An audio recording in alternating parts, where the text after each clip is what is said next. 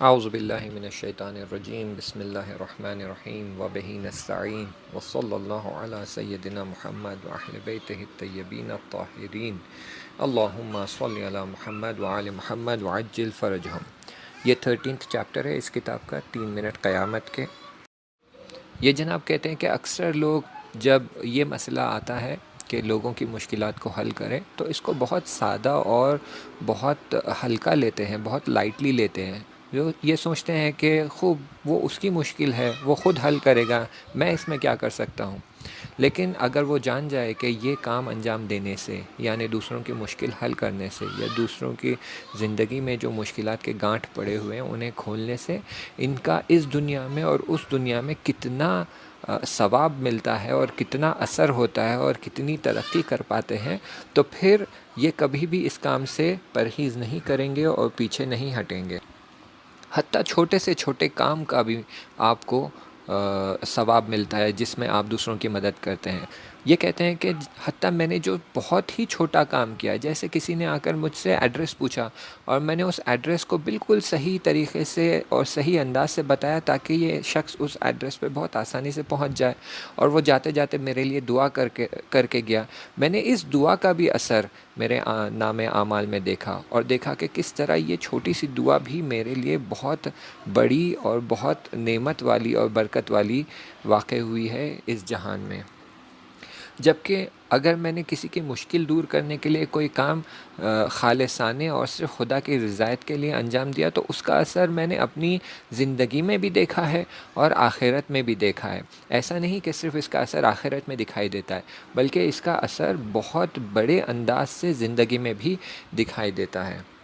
کئی بار ایسا ہوتا ہے کہ ہماری زندگی میں کچھ حوادث پیش آتے ہیں، کچھ مشکلات پیش آتے ہیں، کچھ ایکسیڈنٹ ہو جاتا ہے، کچھ نقصان ہو جاتا ہے، تو ہم کہتے ہیں کہ خدا کا شکر بس اتنا ہی ہوا، پاسبل تھا اس سے بدتر ہو، پاسبل تھا اس سے اور برا ہو، پاسبل تھا اور ہماری حالت زیادہ خراب ہو یا اور بڑا نقصان ہو، لیکن خدا کا شکر کہ یہ ایسا نہیں ہوا۔ تو وہ کہتے ہیں کہ یہ اس لیے ہوتا ہے کیونکہ جن لوگوں کی آپ نے مدد کی ہے، جن کی مشکلات کو دور کیا ہے، یہ لوگ ہیں جن کی دعاؤں کا اثر ہوتا ہے، اور ہماری زندگی میں جو مشکلات آنے والے ہوتے ہیں یا جو بڑے نقصان ہونے والے ہوتے ہیں وہ ٹل جاتے ہیں، اور بس چھوٹے سے نقصان کے بعد وہ رک جاتے ہیں۔ اور یہ سب اسی کا نتیجہ اور اثر ہے کہ ہم دوسروں کی مشکلات کو دور کرتے ہیں اور ان کے مشکل وقت میں ان کے کام آتے ہیں۔ وہ کہتے ہیں کہ جب میں آفس جاتا تھا تو میرا گزر ایک ہائی وے سے ہوتا تھا، ایک ہائی وے جیسا راستہ بیچ میں پڑتا تھا جس سے مجھے گزرنا پڑتا تھا، اور جب بھی میں دیکھتا تھا کہ راستے میں کوئی رکا ہوا ہے، کسی کا انتظار کر رہا ہے یا اسے کوئی گاڑی نہیں مل رہی ہے، تو میں اسے لفٹ دے دیتا تھا اور اسے اس کے مقام تک پہنچا دیتا تھا جو میرے راستے میں پڑتا تھا۔ ایسے ہی ایک دن میں جا رہا تھا اور میں نے دیکھا کہ بہت تیز کی بارش آ رہی ہے، اور جو ہے وہاں پر ایک بڑھیا کھڑی ہوئی ہے اور اس کے ہاتھ میں ایک تھیلا ہے جس میں بہت سارا سامان ہے۔ تو میں وہاں رک گیا اور میں نے اسے اپنی کار میں سوار کر لیا۔ اس کے تھیلے کو بہت ساری مٹی اور کیچڑ لگ گیا تھا۔ اس نے وہ تھیلا اٹھا کر میری سیٹ پر رکھ دیا، اگرچہ میں نے دیکھا کہ میری سیٹ پوری خراب ہو چکی ہے، کیچڑ سے لت پت ہو چکی ہے۔ میں نے کچھ نہیں کہا اور میں اس بڑھیا عورت کو اس کے مقام تک پہنچانے کے لیے راہ چل پڑا۔ تمام راستہ یہ بڑھیا عورت صلوات بھیجتی رہی اور میرے اموات کو یعنی میرے مرحومین کو صلوات کا ثواب دیتی رہی اور میرے مرحومین کے لیے دعا کرتی رہی۔ پھر جب میں نے اسے اس کے مقام پر پہنچا دیا تو یہ گاڑی سے اتر کر مجھ سے کہنے لگی کہ بتاؤ جو بھی کرایہ ہوا ہے میں تمہیں دے دوں گی۔ تو میں نے ان سے کہا کہ جو کرایہ آپ مجھے دینا چاہتی تھی اس کے بدلے آپ میرے مرحومین کے لیے صلوات پڑھیے اور اس کا ثواب انہیں بھیج دیجیے۔ اور جب میں اس طرف آیا دنیا کے اور اس مقام پہ جہاں پر میرا حساب کتاب ہو رہا تھا، وہاں میں نے دیکھا کہ ان صلوات کا اور ان دعاؤں کا جو انہوں نے میرے مرحومین کے لیے کیا تھا اس کا کتنا اثر ہوا ہے۔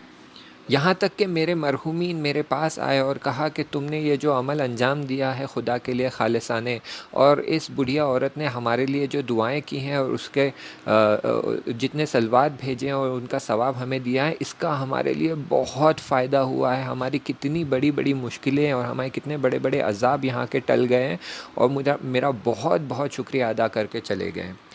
آپ کو یہ بتاتا چلوں کہ اس دنیا میں صلوات کا جو اثر ہے وہ اتنا زیادہ ہے کہ ہم سمجھ ہی نہیں پا سکتے۔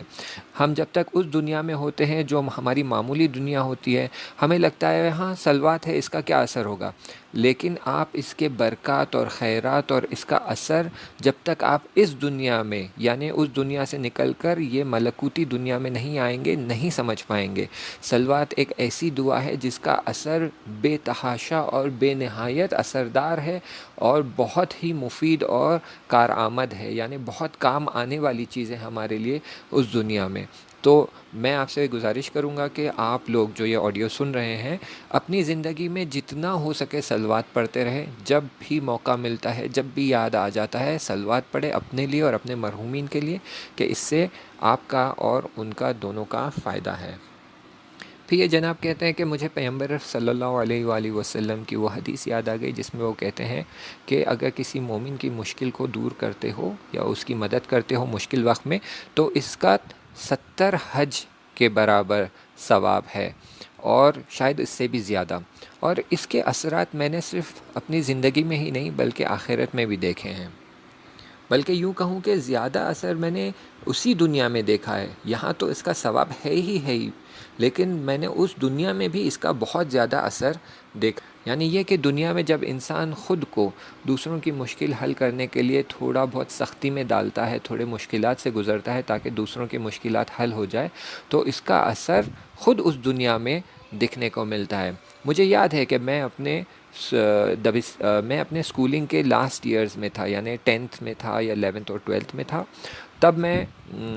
بسیج میں تھا اور میں وہاں پر مسجد میں کام کرتا تھا، یعنی مسجد میں جا کے مدد کرتا تھا۔ وہاں پر جو قرآن کے پروگرامز ہوتے تھے، جو مراسم ہوتے تھے، جو عزاداری ہوتی تھی، جو نوحہ ماتم ہوتا تھا، وہاں میں جاتا تھا مدد کرنے کے لیے، اور بسیج کا ایک گروپ ہوتا تھا اس میں بھی میں جا کر مدد کرتا تھا۔ تو کئی وقت ایسا ہوتا تھا کہ پوری رات مجھے وہاں رکنا پڑتا تھا بسیج کے پروگرام کو انجام دینے کے لیے، اور کبھی کبھی میں صبح تک وہاں رک جاتا تھا،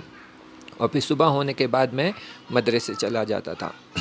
اسی دوران میں نے دیکھا کہ اس بسیج کے پروگرام میں ایک نوجوان تھا جو بہت ہی خوبصورت اور بہت ہی اس کا چہرہ بہت ہی زیبا اور خوبصورت تھا، لیکن یہ تھوڑا بہت سادہ انسان تھا۔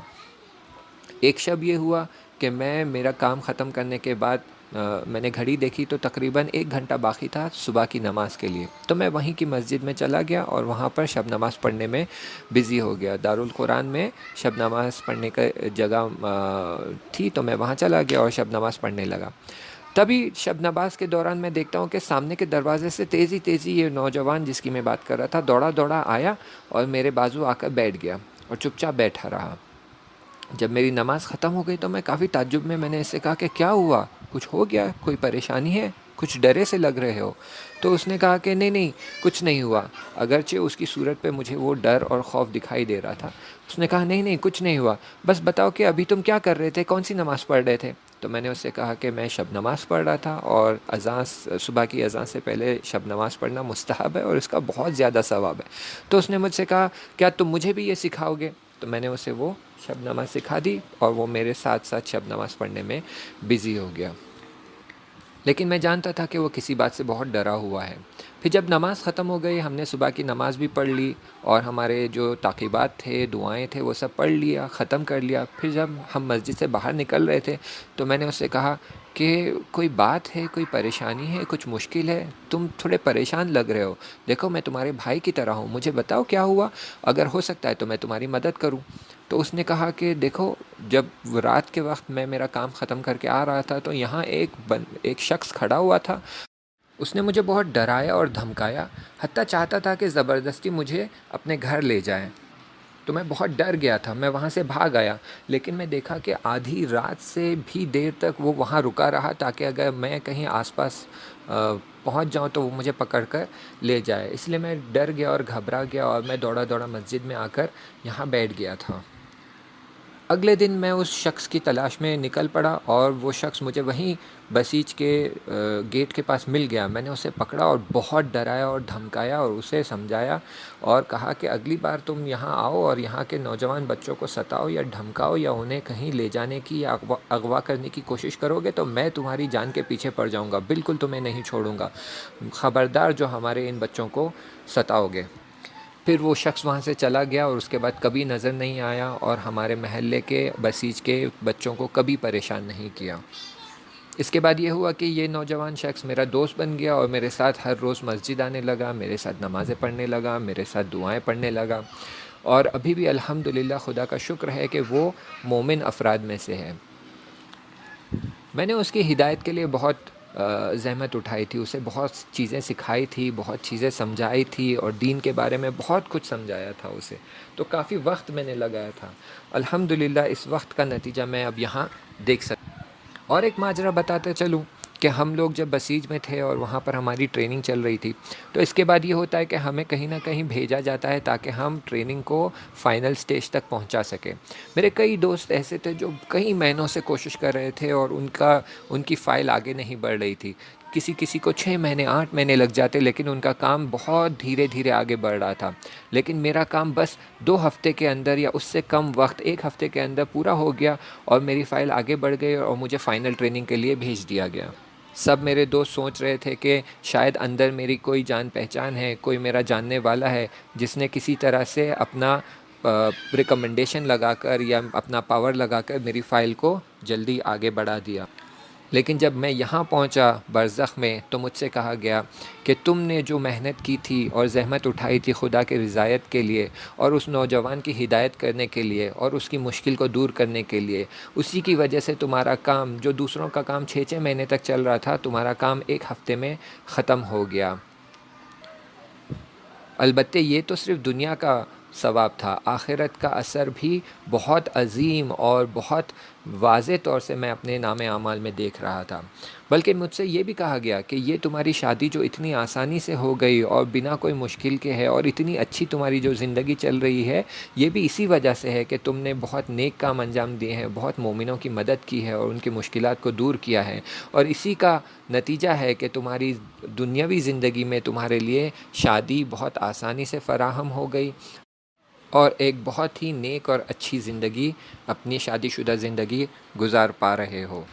وہ ملک مجھے بتا رہا تھا کہ اگر چھوٹا سا چھوٹا کام بھی تم خدا کی رضایت کے لیے کرتے ہو اور خدا کے بندوں کی مدد کرنے کے لیے کرتے ہو تاکہ ان کی مشکلات دور ہو جائے، تو خدا کے نزدیک یہ بہت ہی ارزش والا، بہت ہی اہم کام اور بہت ہی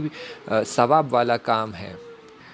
کہ بعد میں جب انسان کو پتہ چلے گا کہ کتنی اپرچونٹیز اس نے مس کی ہیں، کتنے اس کے لیے موقع فراہم ہوئے تھے کہ وہ لوگوں کی مدد کر سکتا تھا لیکن اس نے کوتاہی کی یا انجام نہیں دیا، تو پھر اس دن وہ بہت حسرت کرے گا کہ اے کاش وہ سارے موقع میں فراہم جو ہوئے تھے ان کا فائدہ اٹھا پاتا اور مومنوں کی مدد کر پاتا، تاکہ اس کا اثر میری اس زندگی میں بھی ہو پاتا اور اس کا ثواب میرے آخرت میں بھی کام آتا۔ انشاءاللہ آگے کا مطلب اگلے چیپٹر میں بیان کیا جائے گا۔ تب تک کے لیے التماس دعا، خدا حافظ۔